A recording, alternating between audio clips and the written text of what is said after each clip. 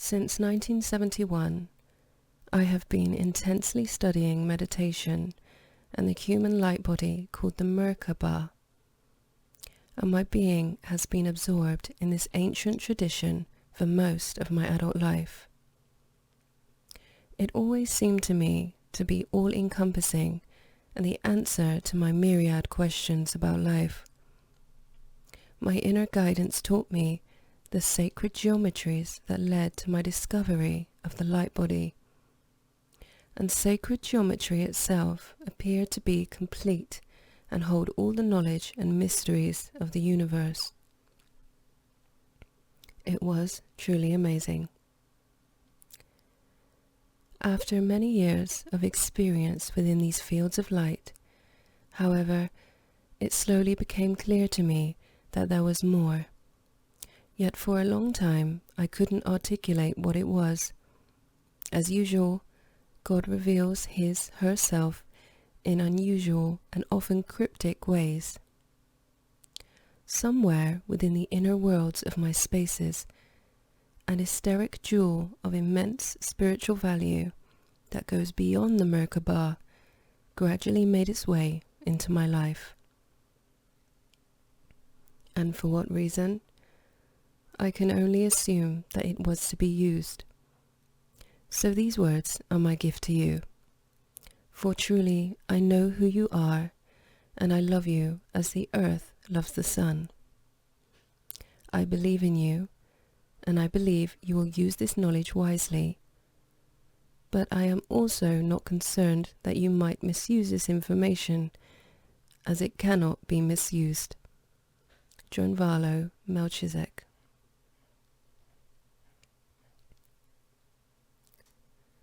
Introduction. Long, long ago, we humans were quite different. We could communicate and experience in ways that only a few in today's modern world would even begin to understand. We could use a form of communication and sensing that does not involve the brain whatsoever, but rather comes from a sacred space within the human heart. In Australia, the Aborigines are still connected in an ancient web of life they call dream time. In this collective dream or state of consciousness, they continue to exist within their hearts and live and breathe in a world that has become almost completely lost to today's Western mind. Nearby in New Zealand, the Maori can see across the vastness of space to the United States in their meditations. In this manner, they link in actual communication with the Hopi to set up meetings to exchange their prophecies. Without sending a single technological communication, the arrangements are made. In Hawaii, the kahuna commune with Mother Earth to ask for the place where the fish are swimming to feed their people. The billowing white clouds in the pristine blue sky turn into the shape of a human hand that points to the teeming fish below.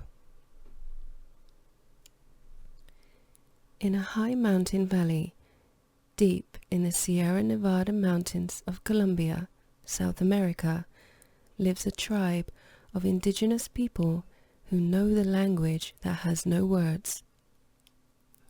This language comes from a sacred space within their hearts. If only we could remember. Before Babylon, the Holy Bible says, humankind was blessed with a single language that all peoples on the earth knew. But afterwards, we were split into hundreds of spoken languages, creating barriers among us, keeping us separate from one another, each in our own little introverted world. The mistrust born of misunderstanding was our involuntary fate.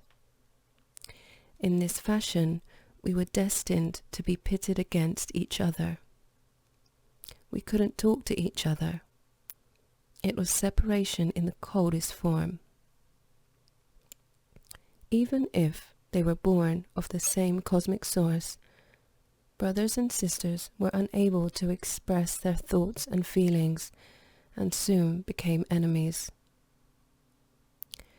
As the centuries piled upon each other, the ancient way of entering the heart to experience the common dream got lost in the isolation of the human mind.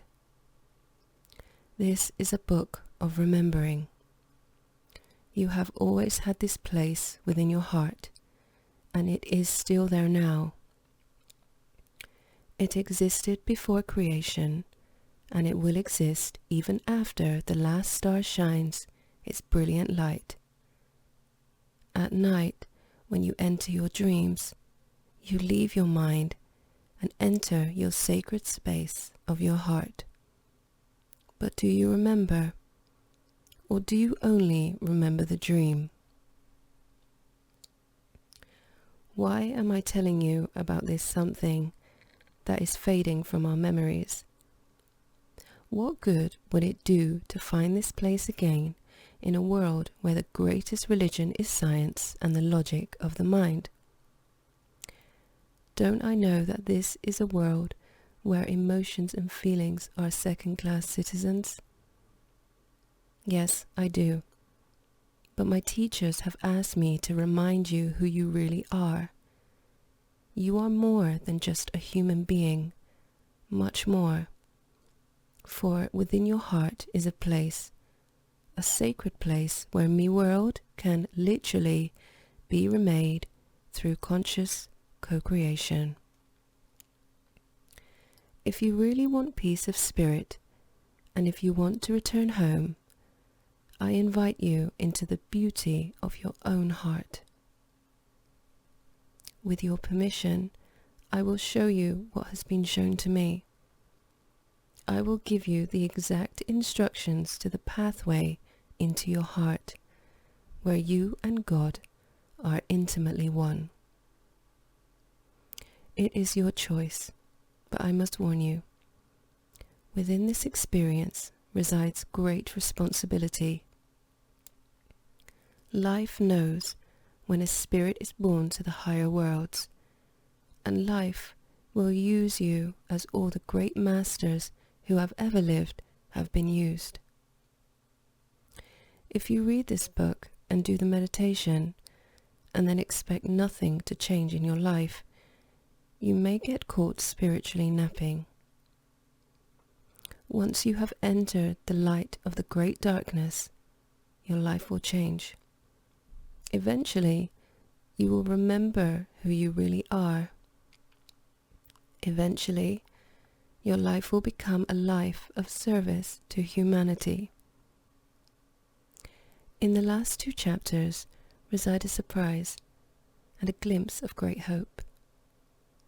The human light body that surrounds the body for about 55 to 60 feet in diameter, the Merkaba, which I wrote about in my first 2 books, The Ancient Secret of the Flower of Life, Volumes 1 and 2, has a secret inherently connected to this sacred space of the heart. If you are practicing the Merkaba meditation in your life, I believe you will find the information in this book to be paramount to your journey of ascension into the higher worlds of light.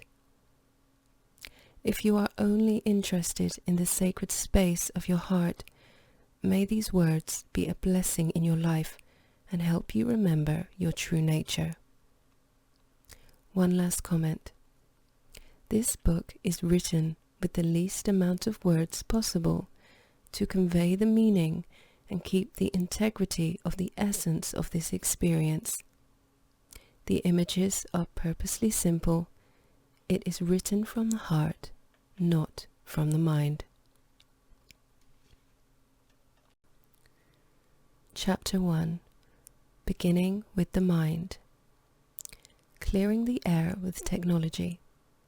clearing the air with the human light body, meeting the inner world in the heart. Almost at random, I chose a seemingly arbitrary point in my life to begin my story. Not while I was in meditation of the higher worlds of sacred geometry or the Merkaba, but in a simple everyday scene where I made a decision to help the earth heal her environment using technology of the mind. I feel we all have this responsibility, and if I was going to talk about it as I did in some of my public lectures, I had to live it. So I opened myself to all the possibilities that might come my way of how I could personally help heal the environmental conditions on our dear earth. But so that you understand, it is not the subject of cleaning the environment itself that is the reason why I'm telling you this story. It is what happened to me and how my life changed while I was experimenting with an environmental machine called the R2 that began to open my spirit to a new and different manner of experiencing life. Little did I know at the time that these technological experiences would lead beyond my mind into uncharted parts of my consciousness and deep into a secret place within my heart. Clearing the air with technology. The story begins in May of 1996, when an old friend called me up and asked me if I was interested in helping on an air pollution clearing project he was involved with in Denver, Colorado. I'll keep his name quiet since I believe he would want me to. I'll just call him John. This man was a renegade scientist studying all aspects of life and the physical world in a small but sophisticated home lab. I doubt his IQ could even be measured, as he was clearly a master genius. He had created a new way to see into the reality using microwave emissions, which gave him a tremendous advantage in searching for answers in our world. Even our government, knowing his work, was not able to duplicate it until just recently.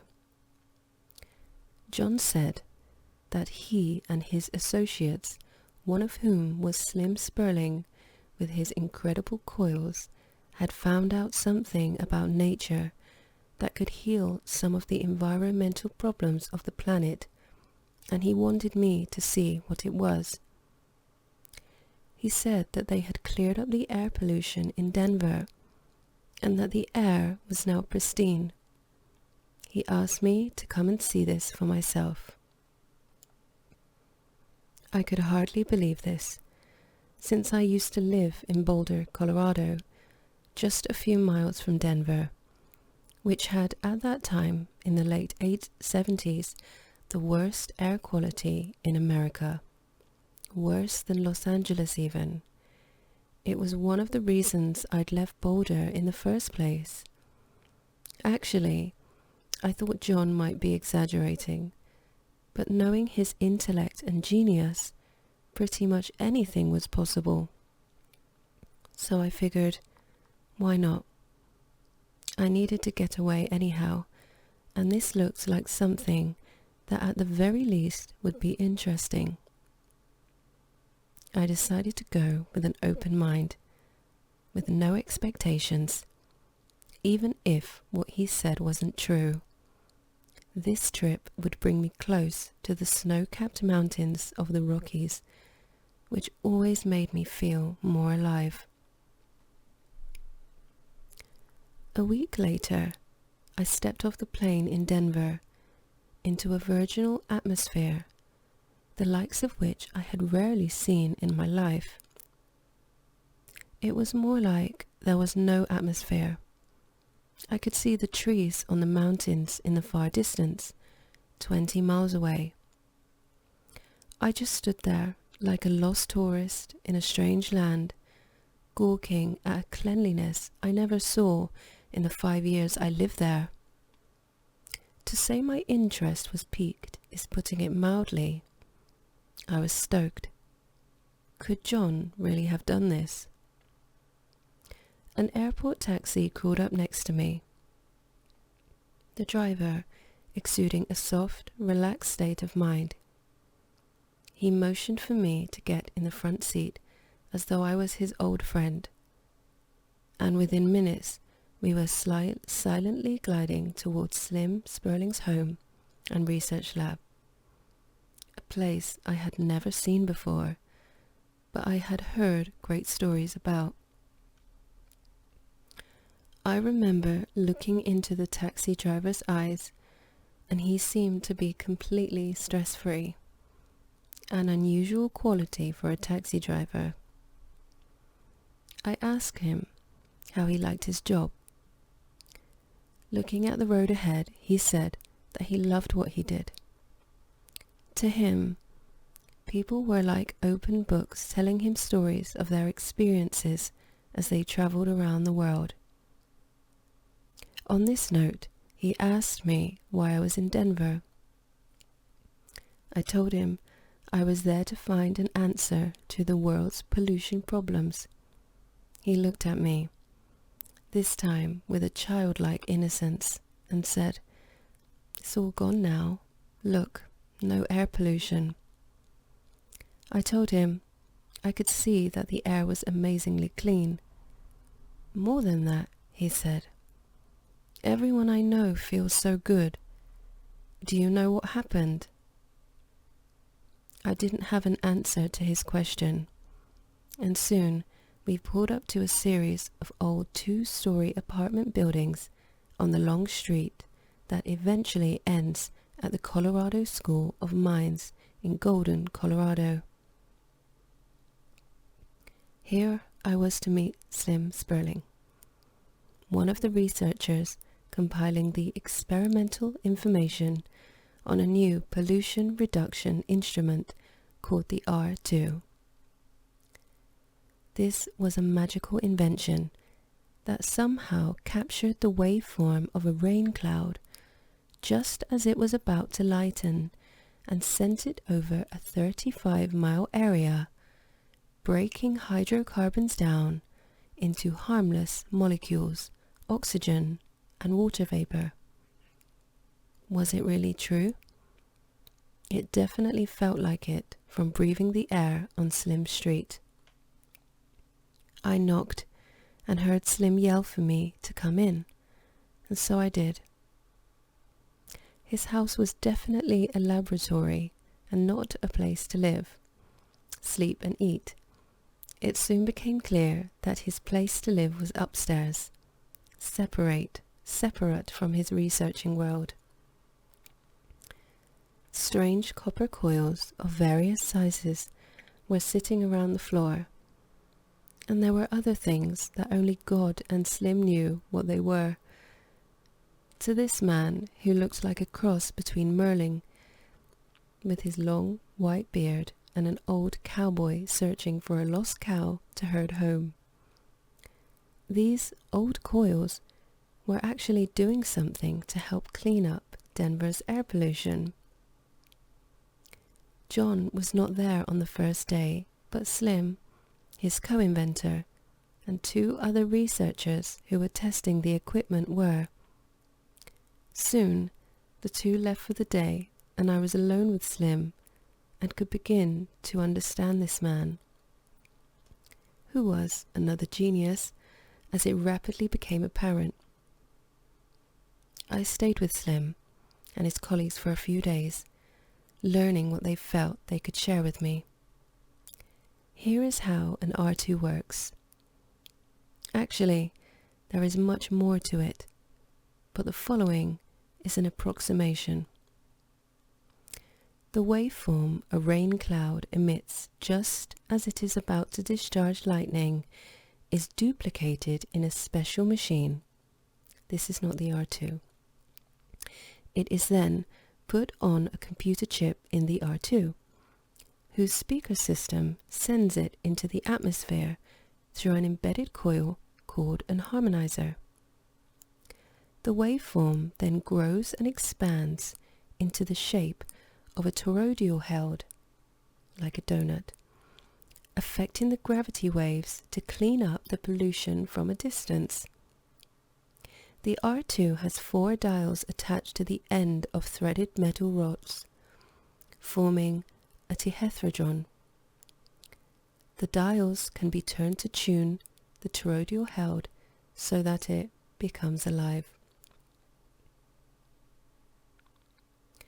John and Slim both considered the toroidal energy fields to be alive, and so would I after I witnessed how it interacted with nature.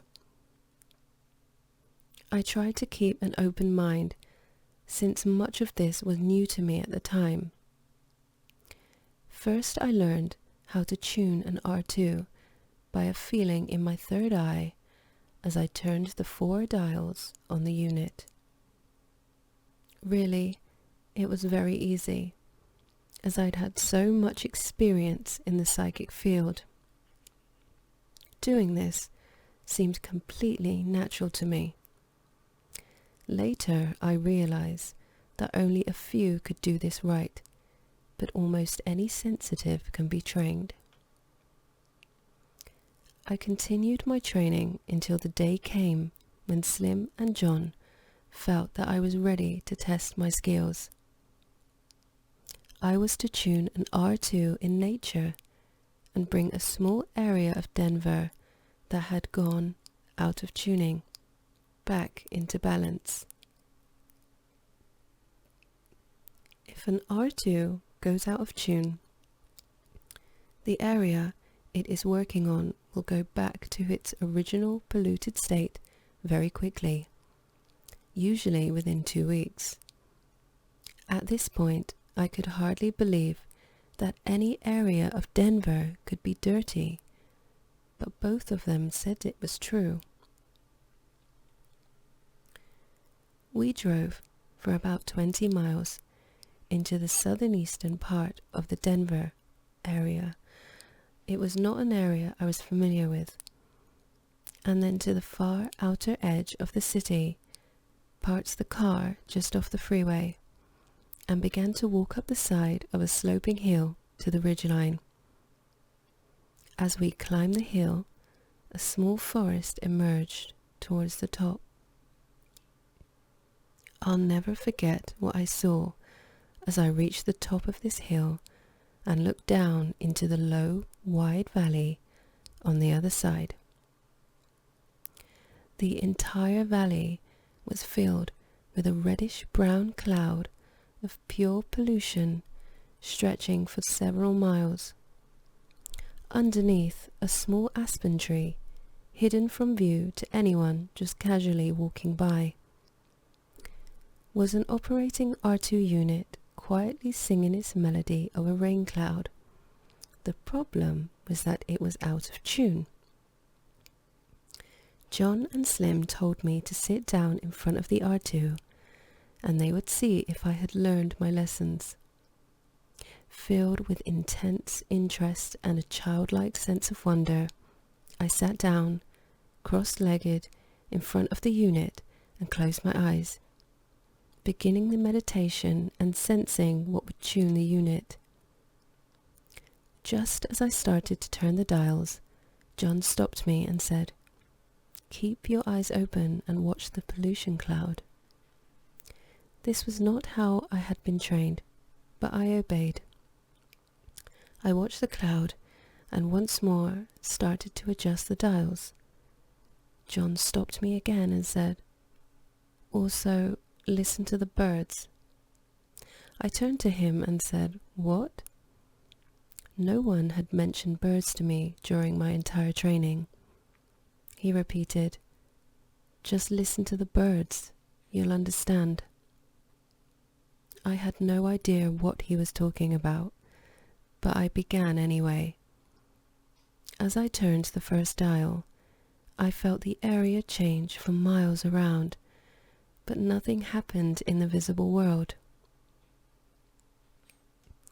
Once I had adjusted the fourth dial, however, two things happened simultaneously, and both surprised and shocked me. Instantly, the reddish-brown cloud of pollution disappeared, leaving a clean, clear atmosphere. It was just like a miracle.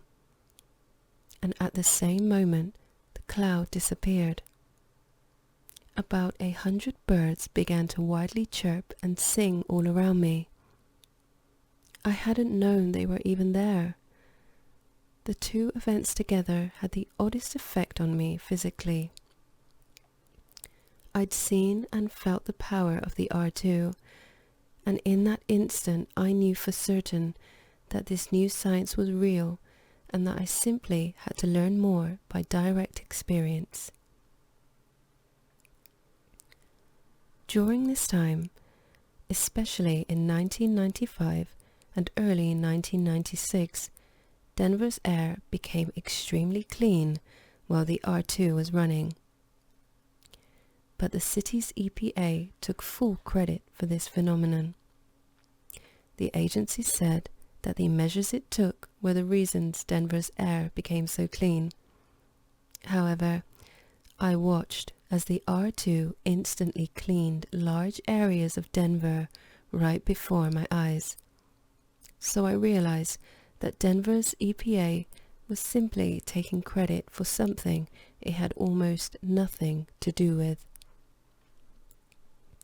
Further, John and Slim had the R2 tested by an independent lab in Fort Collins, Colorado, which proved beyond a doubt that the R2 was doing exactly what they claimed it was. The testers had the unit run for a period of time and then they shut it off. They scientifically recorded that the pollution dropped while the R2 was running and then rose when it was shut off. They did this over and over for a period of, as I remember, about 3 months. Also, the United States Air Force from Kirtland Air Force Base was watching this experiment as well as the one I began in Phoenix, which I will speak about soon, and asked if we would submit ourselves and our equipment to their scientific scrutiny. We agreed, and those tests proved conclusively that the R2 really did clean air pollution. When we returned to the lab, John and Slim sat me down and offered me my very own R2 to take home to Arizona to experiment with. I have to admit, I felt like a child who had just been given a long-awaited toy. I patiently waited to be home by myself to begin exploring this unbelievable machine further. I arrived home to the Arizona Republic headlines of May the 30th, 1996, describing the horrific air pollution problem that had developed in Phoenix. The governor of Arizona, Fife Symington, was saying that the pollution in Phoenix was so bad that the city's classification was about to be upgraded to serious. Alerts were issued every few days, and the situation was growing worse each day. In response, Governor Symington had set up an ozone strategies task force, which was headed by attorney Roger Furland. In reference to finding a solution to the pollution problem, Mr. Furland said in the Arizona Republic article, "I mean everything. There is nothing we won't consider. No matter how radical or wacky or tough or expensive, we will consider everything." Mr. Furland said that they absolutely had to clean up Phoenix. The air pollution was going to destroy die-hard tourist trade and affect almost every business in addition to all the health problems this would cause. And so I wrote a letter to Mr. Furland asking for help in setting up the R2 unit in Phoenix. Since we had scientific evidence that this worked, both from an independent lab and from the United States Air Force, and since we were not asking for financial help, I assumed they would listen to us. Boy, was I wrong. In this letter, I simply asked die-hard City of Phoenix to give us a chance to show them that we could do it.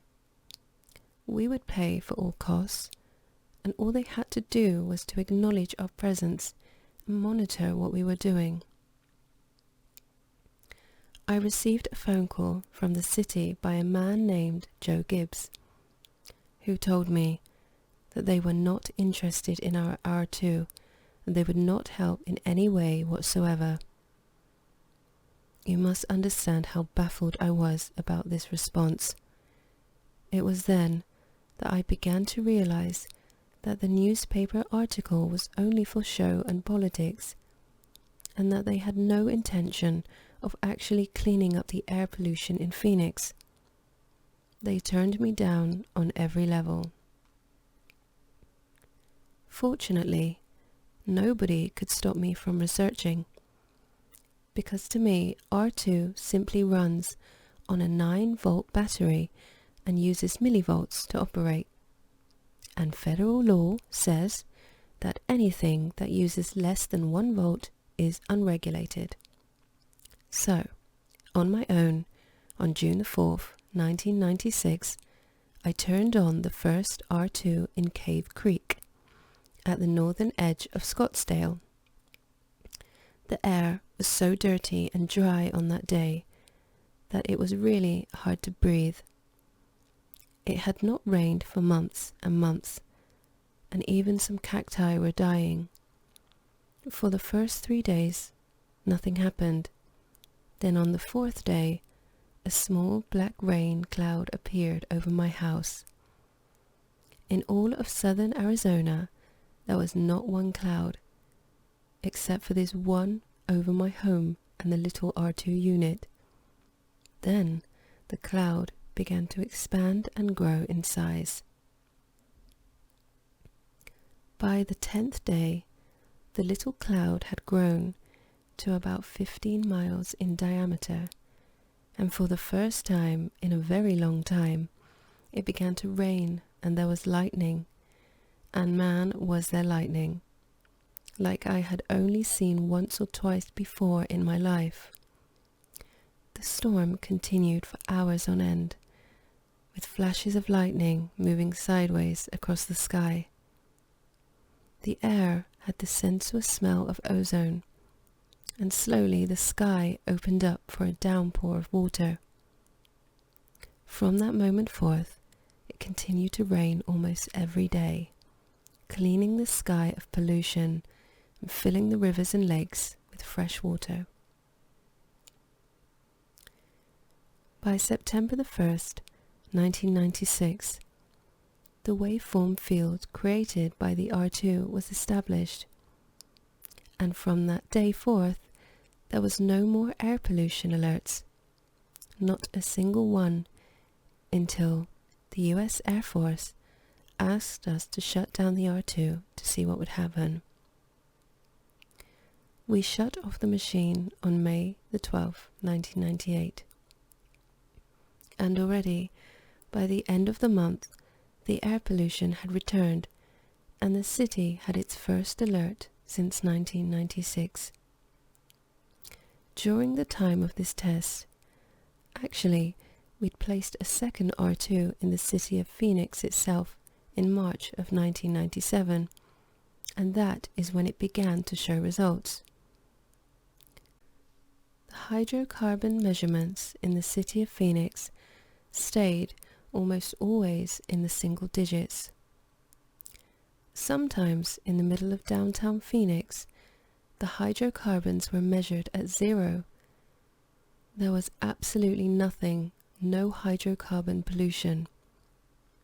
Unfortunately, The R2 didn't stop the nitrates, which are the cause of ozone pollution, but it really helped with the hydrocarbons. It's all a matter of public record.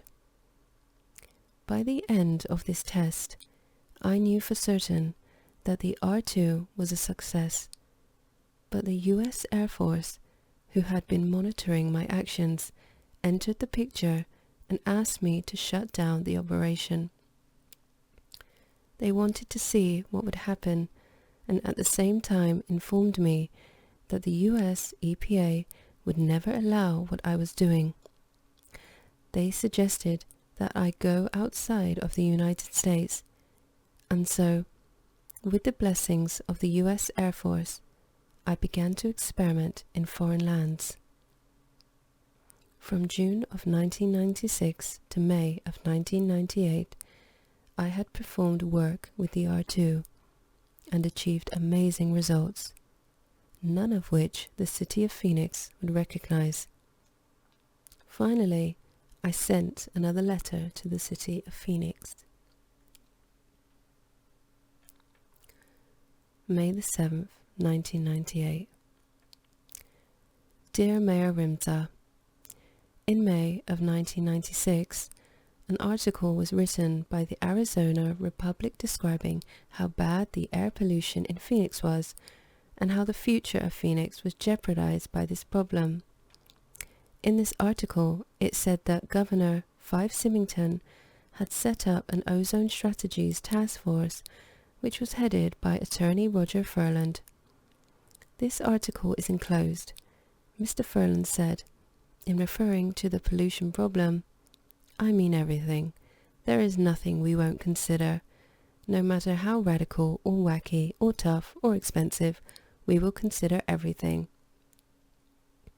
At that point, I talked with Mr. Joe Gibbs, who is on the Ozone Strategies Task Force, about the air pollution system that we had been using in Denver, Colorado during 1995.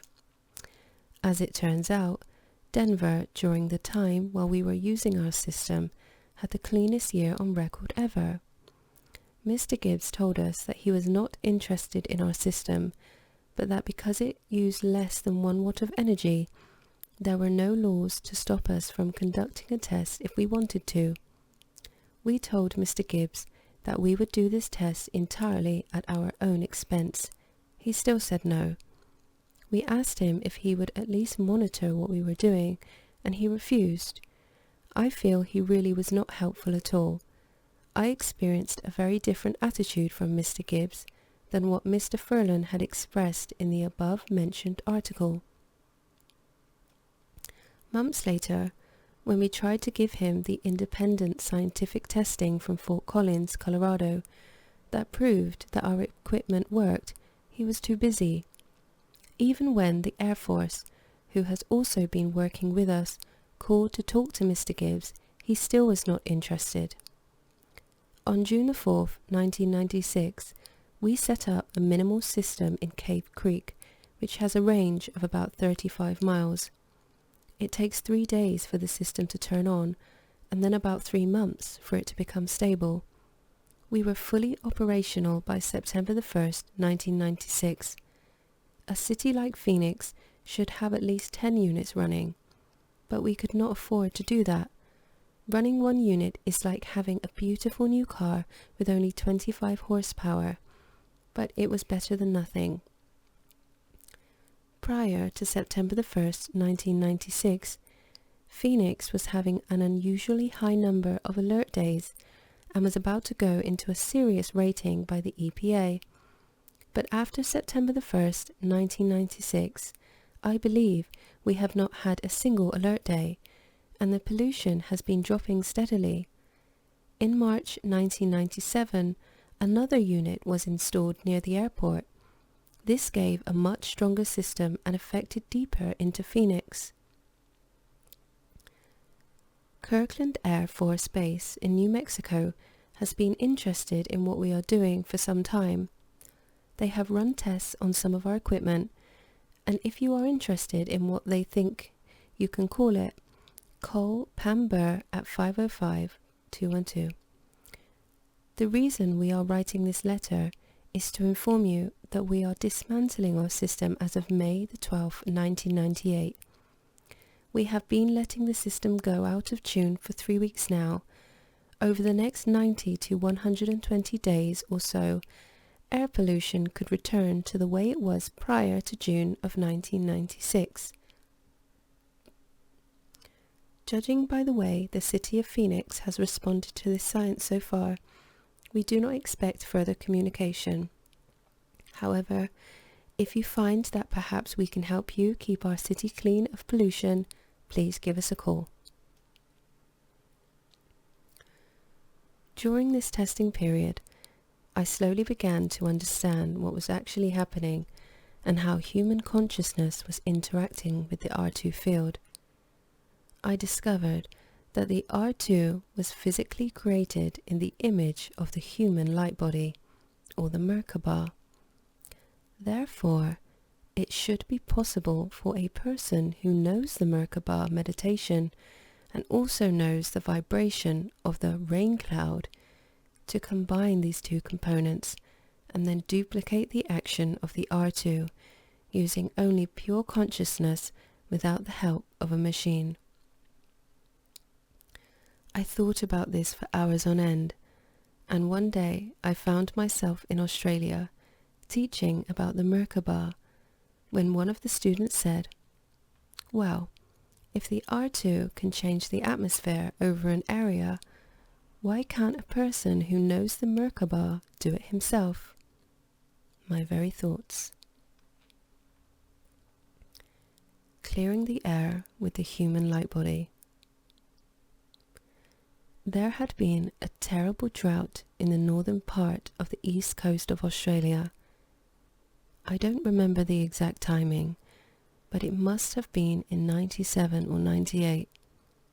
Forest fires were everywhere, with no sign of a let-up, and the air hung heavy with the fumes from the raging fires. It was so incredibly dry.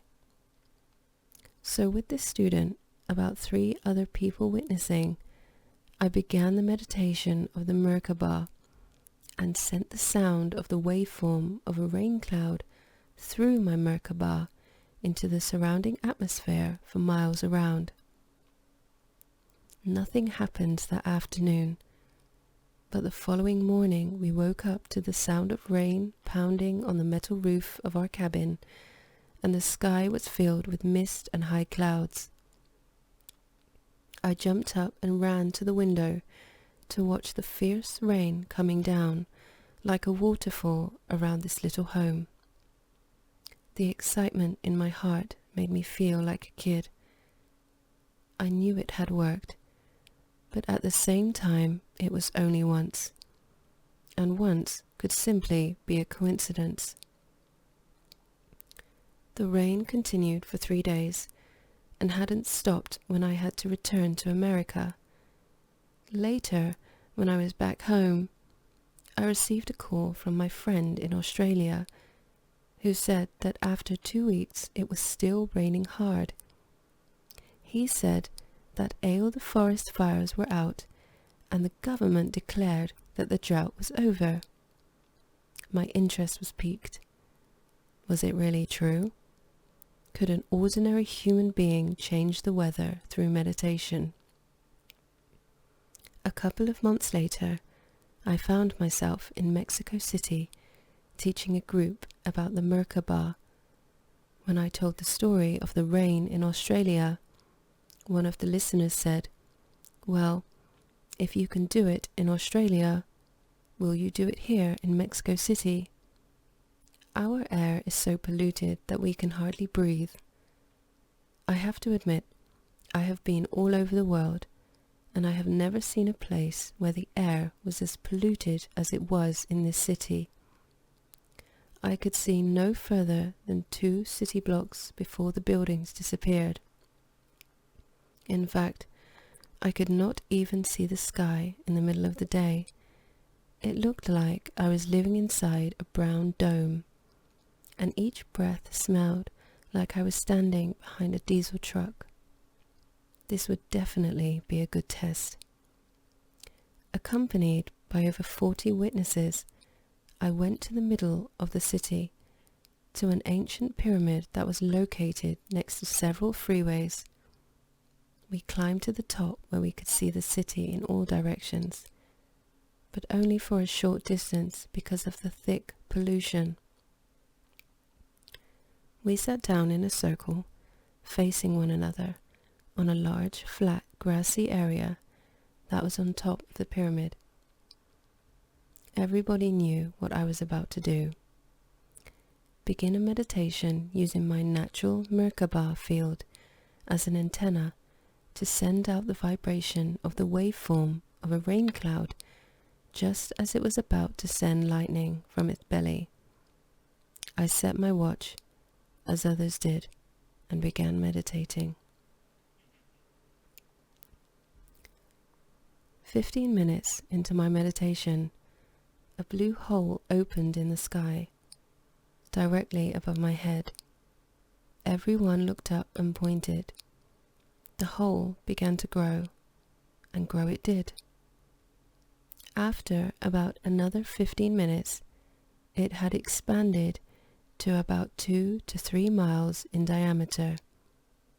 It created a perfectly round hole in the polluted air above the city that looked like someone had used a cookie cutter and chopped out a piece of the pollution from above and just thrown it away. A wall of brown cloud was left in all directions around us, but where we were, in the middle, the air was clean and clear.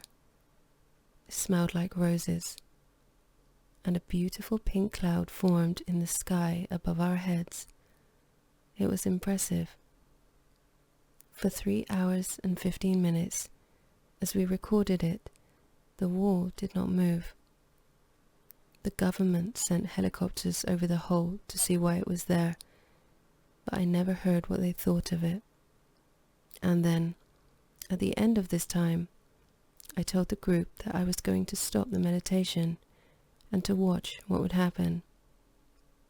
Immediately after I stopped the meditation, the wall of air pollution began to race towards our group. Within 15 minutes, it had reached us, enclosing us once again in the terrible stench of Mexico City's exhaust fumes. Once more, we were inside a dome of pollution that hid the city from our view. I remember how I felt in my heart as I was flying back to the United States. I knew beyond any doubt that human consciousness was the answer to all of our problems. I could hardly contain my excitement during the long flight home. After this, I performed the same feature again, twice in England and twice in Holland. It worked perfectly each time, and each time in front of an audience of at least 50 people or more. The second time in England changed my life dramatically. Meeting the inner world in the heart. I don't remember exactly where I was in England, but we were at a moor where the sun had not shone for over 6 months.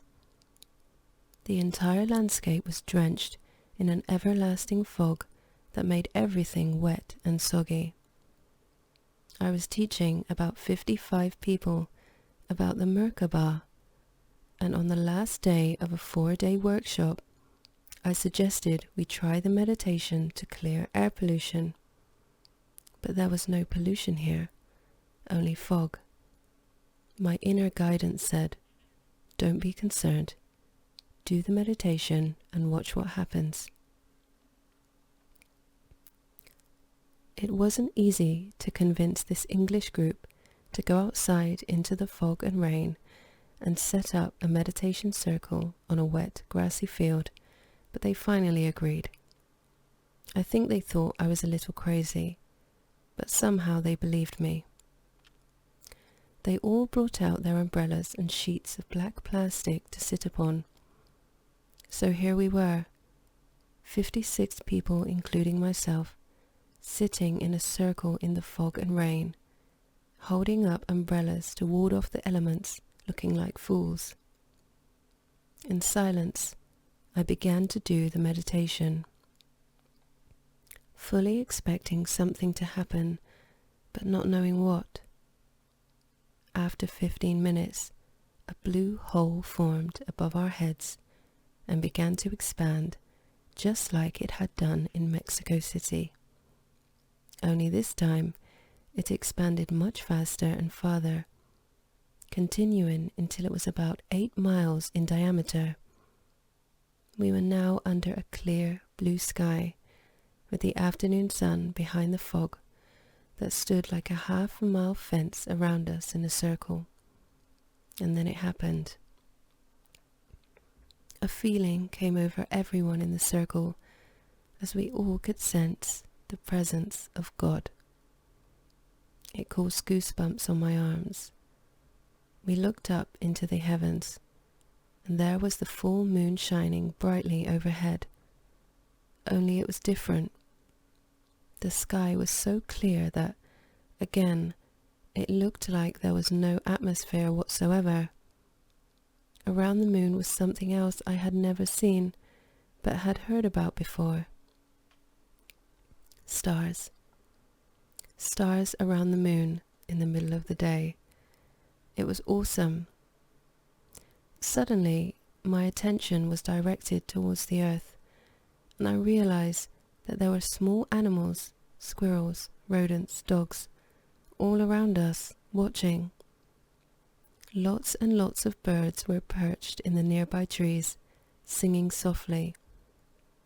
I looked at the people in the circle, and it was obvious that they were in a state of altered consciousness. I smiled, thinking of St. Francis, and watched the animals all attempting to get as close as they could to us humble human beings. I remember a thought popping into my head. I wish we were in the sunshine. It's a little cold. Immediately, the entire circle was lit up. I quickly turned towards the source of the light and saw a small miracle in progress. The wall of fog had hidden the sun, but the moment my desire for warmth surfaced, a hole formed in the fog bank exactly where the sun was, letting in a ray like a flashlight on a foggy night, and the hole kept pace with the sun for an hour and a half. Our tiny circle was bathed in the brilliant light as we prayed.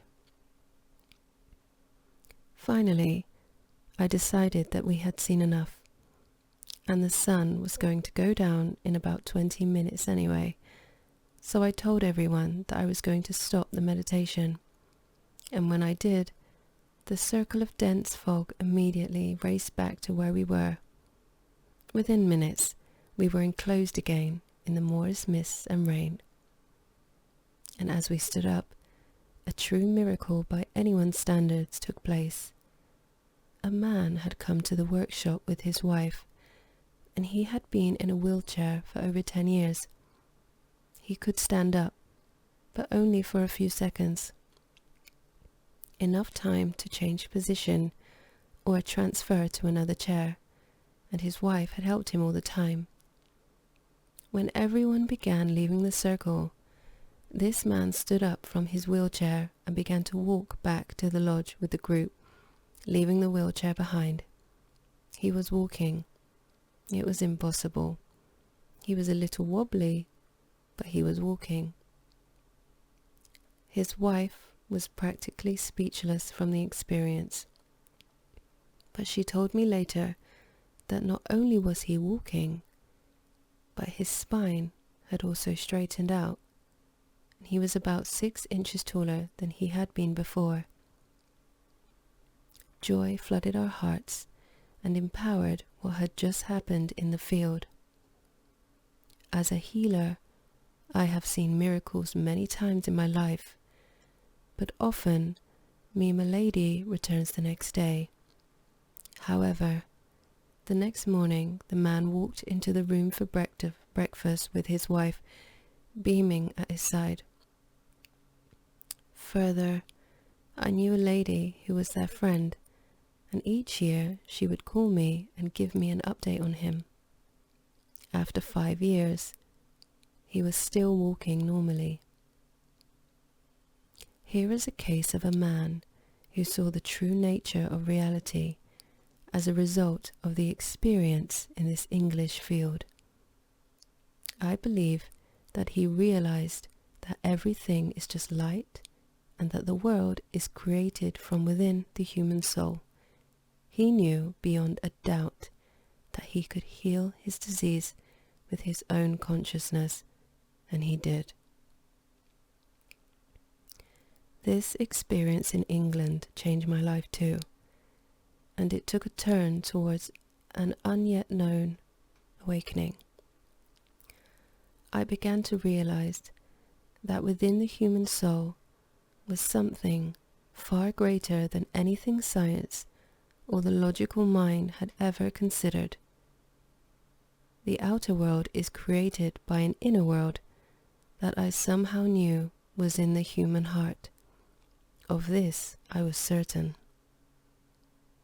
I knew this something was in the human heart because, as I sat in my Merkaba field, sending out the vibration of a rain cloud, I could feel the location of the source of the vibration, and it was in my heart. It was achieved by and through the love that I had for Mother Earth. Slowly, I was being prepared for a new understanding of my relationship to life.